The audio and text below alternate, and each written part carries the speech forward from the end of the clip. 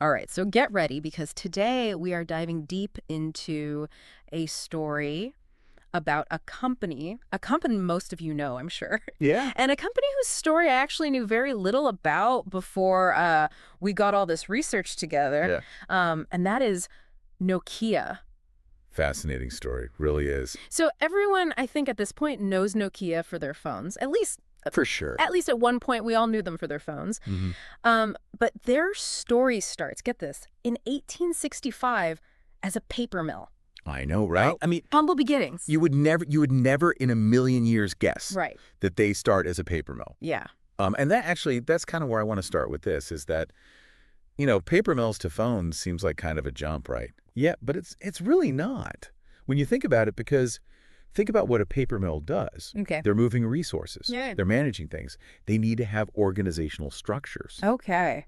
So it's very process driven. And actually, this particular paper mill, because of its location, because of where it was geographically, it actually branched out into rubber production. Okay. And this was sort of a natural, Okay. kind of a natural outgrowth of that. And from there, they moved into cables. And you can see the connection there. Okay. Right? Cables communication. Right. Yeah. And so this is really where it starts to take hold. Wow, that's so interesting. So it's like it's almost like their destiny was calling from the very beginning. It really is. Yeah, and it took a while to get there, but like the seeds were there. It's exactly. Okay, so they go from paper, cables, and then obviously into electronics, and then boom, telecommunications. Exactly. And one of the first big products that they had, well, I should say, their first car phone was in 1982, the Mobira Senator. Right, and I was looking at pictures of that thing. It's like the size of a suitcase. It's massive. I mean, yeah, not very portable. it's not something, yeah, it's not something you're just like carrying around with you. Not at all. But then just a few years later, they released the Mobira Cityman, and this one had a moment. This one had a moment that put Nokia on the world stage. Are you talking about Gorbachev? I am talking about Gorbachev. Yeah. That picture, I mean, come on. I mean, talk about a PR moment. You couldn't buy that kind of PR. No. Yeah, I mean, the leader of the Soviet Union at the time using your mobile phone. What a time to have a mobile phone. What a time to have a mobile phone. And also to be the company that made it. Exactly. Right. Exactly. And, they were smart about it. They rode that wave right into the 90s, and then the whole GSM revolution happens. And they're not just making phones at this point. They're really shaping the future of mobile communication. They're building the infrastructure. Yeah. They're beating the network. So smart. They're not just making handsets. Yeah. They're building the entire thing. They were playing chess while everyone else was playing checkers. Exactly. Yeah. And so by the mid-90s, they released the Nokia 1011, first mass market GSM device. And that's where they come up with that tagline, connecting people. Right.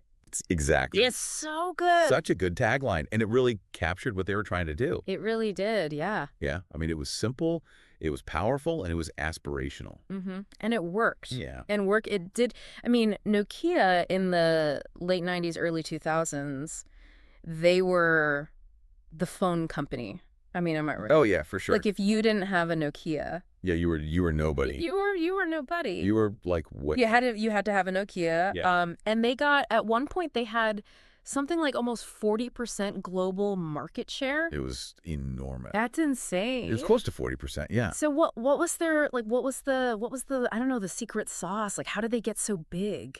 It was a few things. Mhm. First of all, they understood the power of combining affordability and reliability. Yeah. Like, they made phones that worked. Like the Nokia 3310. Exactly. That thing was indestructible. It was a tank.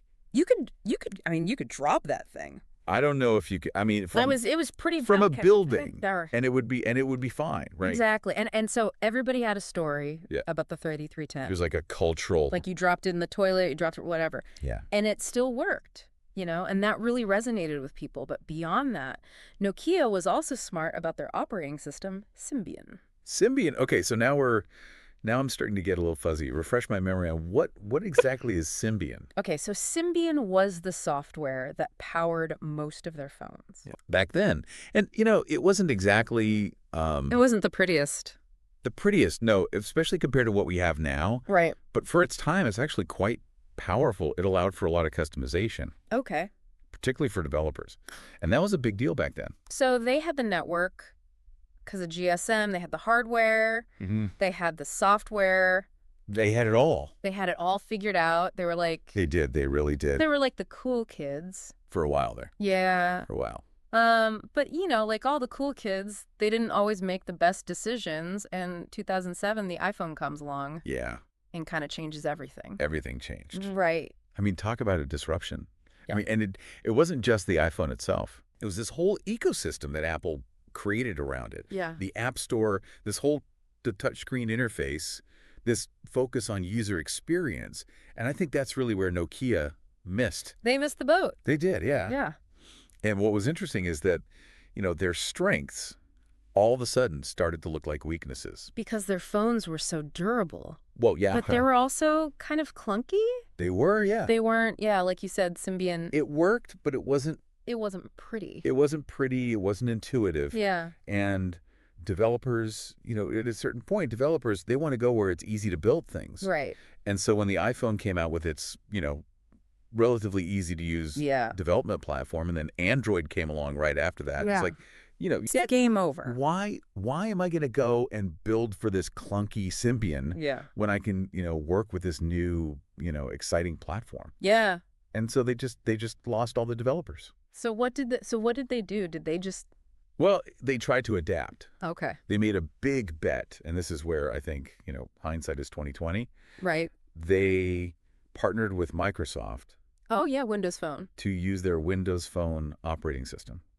And that was supposed to be like the big That was going to be their answer. that was going to save them. That was going to save them. And it just It didn't work out that way. did not work out at all. No. And it's sad because, Microsoft, they poured a lot of resources into it. Yeah. They had the marketing muscle. They had the brand recognition. They had everything except Except the one thing that really mattered, what's that? the apps Yeah. and the developers. Because nobody was building apps for Windows Phone. No, because nobody was really using it. Yeah. And so it was this kind of chicken and egg thing. Yeah. So what happened? Did Nokia just So Nokia kept losing market share. Yeah. I mean, it was a rapid decline. Yeah. And I think at that point they were just kind of, They were on the ropes. they were on the ropes. They were looking for a lifeline. So they were like desperate at this point. What'd they do? Well, I mean, it couldn't have been cheap to keep the lights on, They had to make a change. Yeah.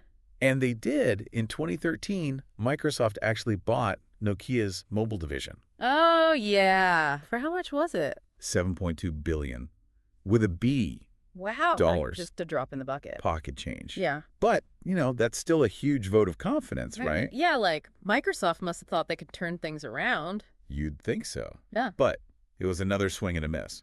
A few years later, they wrote off the entire investment as a loss. Ouch. That's gotta sting. Talk about a fall from grace for Nokia, right? Like, they were the kings of mobile. And then Yeah, from paper mills to practically worthless. wild ride. But, okay, here's the thing. Okay. Nokia, they're scrappy. They're survivors. What do you mean? They didn't just disappear? Nope. 2016, they're back, baby.